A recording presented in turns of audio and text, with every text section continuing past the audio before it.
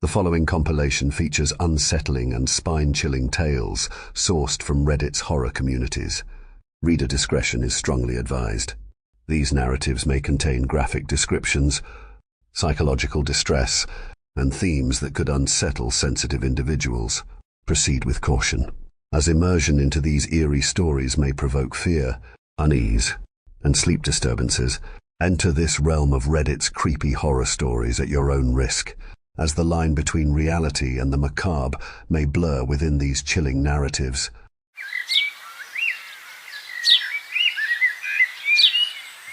Grand Lake is picturesque, I'll give it that. My dad's doing this professor-in-residence gig at the Grand Lake Lodge, giving lectures a couple of times a week on technological innovations in corporate accounting. Exciting, right? Honestly, it's kind of weird being here for the whole semester, especially since I've been used to hanging out with my friends on campus. But it's only one remote semester. So the toughest part hasn't been the isolation or even missing out on the social stuff. It's the fact that I'm not much of an outdoorsy person. While everyone else is out hiking or kayaking, I've found myself pretty bored, though I have found some solace by holing up in the brand new library in town. It's actually been a bit of a lifesaver. There's something about being surrounded by shelves full of books, some of them barely touched, that feels comforting. The library's modern, but somehow still feels like it's been here forever, like it's seen generations of readers come and go. Usually, there's a little lively group of people at all of the desks in the middle of the library, studying, watching shows on their laptops, catching up over coffee. The noise level of the place is a little unusual for a library. I've been spending my days tucked away in the quieter corners, knocking out some lectures and coursework, then losing myself in the kinds of books that I'm a little embarrassed to admit are my favorite. I'll inject cozy fantasies into my veins if you'd let me, but lately, there has been this weird feeling, like someone else is here with me, watching me and only me. Maybe it's just the strangeness of being in a new place, or maybe it's all of the fantasies I've been reading, but the sense that I'm not alone, it's hard to shake. I'll get the strongest tingle of someone gazing at me when I get up to get a coffee or take a bathroom break, like someone's been watching me read. But I always trudge on. Nobody's going to keep me from churning through some good books. One day, hungrier than usual, I decided to call it early, around 11 a.m. I exited the library and pulled up food options on my phone. By the time I found a pizza place that sold slices, I could feel that someone was standing next to me, too close to me in my personal space. As I looked up, I could feel the hair on my arms suddenly raise. A man was staring right at me, from less than an arm's reach away. He appeared to be a well-dressed gentleman in his mid-30s, with piercing forest green eyes, but there was something uncanny about his demeanor. "You have exquisite tastes in literature," he said to me with a big smile. I was more than a little caught off guard. "Thanks," I finally said after a few awkward moments of silence. "Harry Potter, The Hobbit, Earthsea." I started wondering how many times he had watched me read. Nice light reads, yes, but the worlds within can be quite dark. I'm sorry, have we met?" I finally asked him. "Marek," he said, shaking his head. "Marek, that's a unique name." "I'm looking for an intern with your background," he said confidently, as if he was bestowing a great honor upon me. "My background? I've seen you read about worlds unlike your own and accept them willingly, and I've seen you solve difficult math problems with ease." I think he was talking about my calculus I homework. "Are you a stalker?" "No, as I have already mentioned, I'm a potential employer, and to be forthright with you, I haven't prepared anything more than this. So do you mind if I get to the point?" "Sure," I nodded. "I'm from a place called the Down Under." "Australia?" Marek laughed. "It's a little like Australia, but imagine Australia if it were ruled by the terrible things in Tolkien's Middle-earth, or from the Forbidden Forest in Harry's fateful coming-of-age tale, a place in between the beginning and the end, not for the faint of heart. Everyone and everything you meet is out of your nightmares." "Okay, how—" "Even me," he said, cutting me off. Even him, he looked like a fairly normal guy. I think he could sense my confusion. He then raised his right hand with an outstretched finger, gesturing towards a large shop window that had us both in its reflection. I looked the same, but Marek didn't. His reflection was a blurry, hulking figure, maybe 7 feet tall, with the unmistakable features of a faun, horns, fur, the works. Except his eyes were gone, replaced with deep, black, empty sockets. His fur patchy, scarred, and missing in places, exposing raw, sinewy flesh. I felt like my blood froze solid. "Whoa," I finally said under my breath. "I've recently started a business. Customers are piling into the pipeline, but I need a human intern. I have some issues in the Down Under that only a human can solve." "For your customers?" He nodded. "I've figured out just how much money one can make by retrieving humans from the Down Under. Some humans here where you live have the means to write blank checks." "How do people get to the Down Under?" "They die, of course." I was still staring at Marek's reflection as he spoke. He noticed, raising his right hand and giving me a little wave in the reflection. "I need a human to help bridge the worlds. I have limits," he continued. "Listen, I can offer you a one-time opportunity to see the Down Under today, and then we can talk about the internship." "Today?" "Right now, yes, a day's visit, but you must decide now." "I'd get to see the Down Under and return here?" Marek nodded. I considered his proposition for about 2 minutes. The allure of adventure was a little too tempting for a person who secretly wishes she received a Hogwarts acceptance letter when she turned 11. How would I get there? Marek smiled, then pulled out a small black travel bag, one you would carry your toothbrush and toiletries in if you were going out of town. As he unzipped it, small streaks of vibrant lights began to spill out.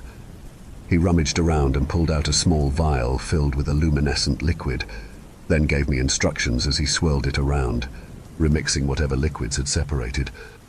"Drink this, and you must die within 30 seconds to cross under temporarily. Then I'll find you." "Within 30 seconds, are you?" Marek was already in the midst of pulling out a long, glimmering blade from his jacket, an ancient-looking sword. "For your head, it should be painless." "Should be?" I shot back. Marek nodded. "I've never done it myself, but for others, they've told me it's painless."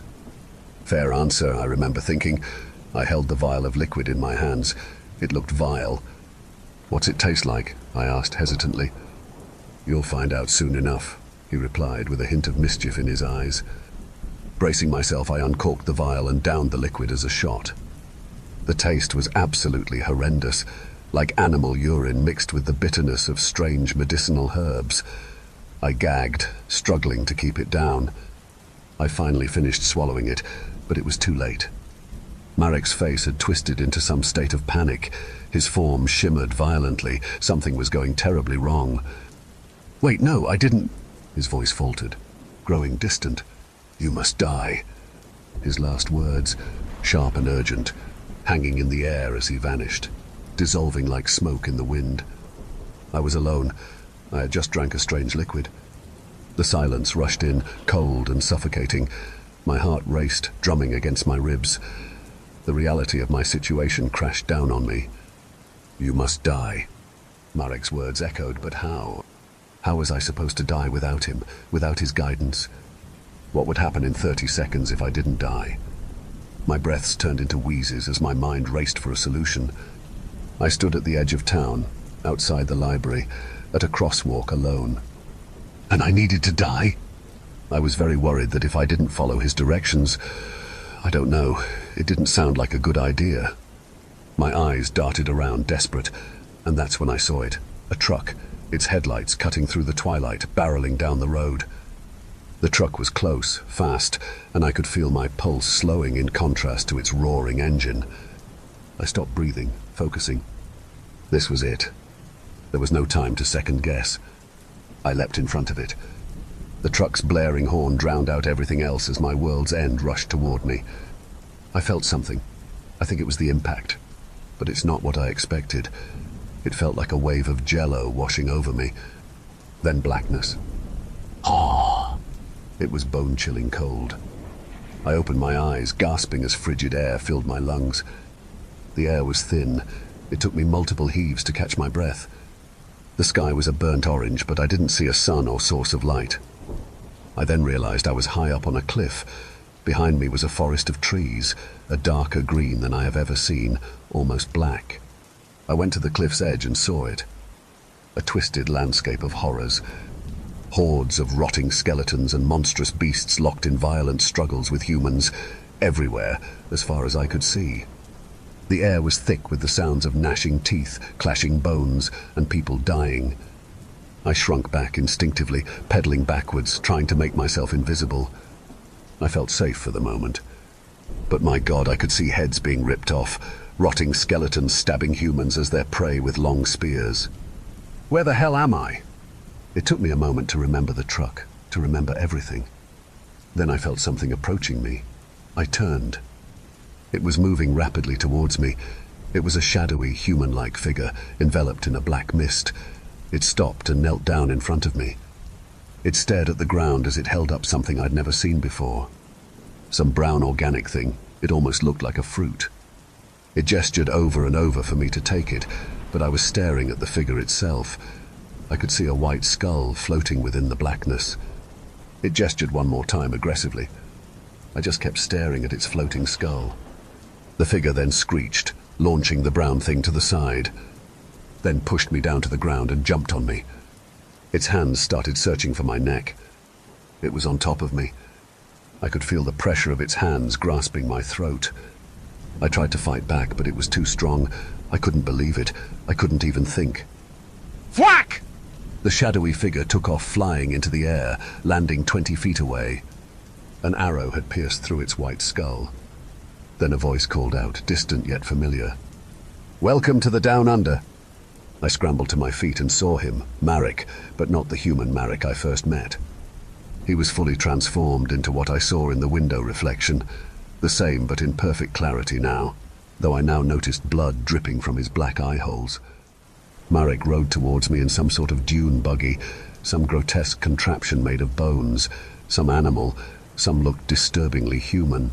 On it was mounted a sort of crossbow. I couldn't tell how it was powered. I was shaking. I think it must have been from shock. Why would I ever agree to any of this? Marek slid up next to me, dismounting whatever it was with an eerie grace, leaving behind a crossbow in the driver's seat. "Arm," he said without preamble. "What?" I asked, my voice barely a whisper. "Arm left or right, please." His voice was cool, almost businesslike, as if this is the most natural thing in the world. Unsure, I extended my left arm, trembling. In a flash, faster than I could process, Marek unsheathed the same blade he had as a human and made a precise cut across my skin. The sting was brief, the pain oddly muted, but blood started to rise in a slow, deliberate trickle. "Why?" I managed to ask, queasy at the sight of my small gash throbbing. "I need us both to remember how many times you've crossed over," Marek replied, as if it was obvious. "There's a limit," I press, more confused than ever. "It's theorized," he muttered, already distracted. Marek knelt over whatever he killed and began inspecting its remains. The hollow clattering of bones echoed as he rummaged through what was left of it. "They're further out than they used to be," he muttered, his brow furrowed in concentration. "Humans here used to have time to prepare. They had a chance." I couldn't help but ask, "Prepare for what?" Marek stuffed the skull into a worn sack, then tossed it casually into the back of his dune buggy thing. He turned to face me, his eyeless, bleeding black sockets looking directly into my eyes. "What do you think?" he asked, a grim smile tugging at his lips. I took another look out at the surreal, demonic landscape that surrounded us. I was dark, chaotic, and otherworldly. "Is this hell?" I asked. Marek shook his head. "No, far from it." He sighed, his shoulders slumping, and suddenly he looked weary, more vulnerable than before. "Listen, I fucked up," he admitted. "We're out of time. It's why I vanished in front of you. I had 8 minutes, and was supposed to have 8 hours. Another reason I need an intern." He paused, glancing around. "My math sucks." "What happens next?" I asked. "I need to work with Draven on these shitty doses of trissage." But I felt something was changing, like I was already leaving this new world behind. "I'll meet you at the library on Monday. I have to do the paperwork," Marek yelled, his voice trailing off into the blackness that took over my sight. "I haven't," I tried to yell back, but it was too late. Total blackness. Then I could hear the sounds of Grand Lake returning. The cars, the shops, the people. I opened my eyes. I was back standing in the middle of the street, right in the place where the truck hit me. It almost felt like no time had passed. An involuntary shiver went down my spine. What the hell just happened to me? I held up my left forearm in the light. The precise little cut was still there. My arm was still bleeding. Then I thought about next Monday. Did I accept the job without realizing it? And what exactly had I gotten myself into? Thank you for venturing into the darkness with us. If you dare to explore further, be sure to subscribe to our channel for more spine-tingling tales of horror and the supernatural. Remember, the shadows hold endless mysteries, waiting to be unveiled. Stay tuned for more bone-chilling stories as we continue to traverse the eerie depths of the unknown together. Until next time, may your dreams be free from the haunting echoes of our tales. Or perhaps not.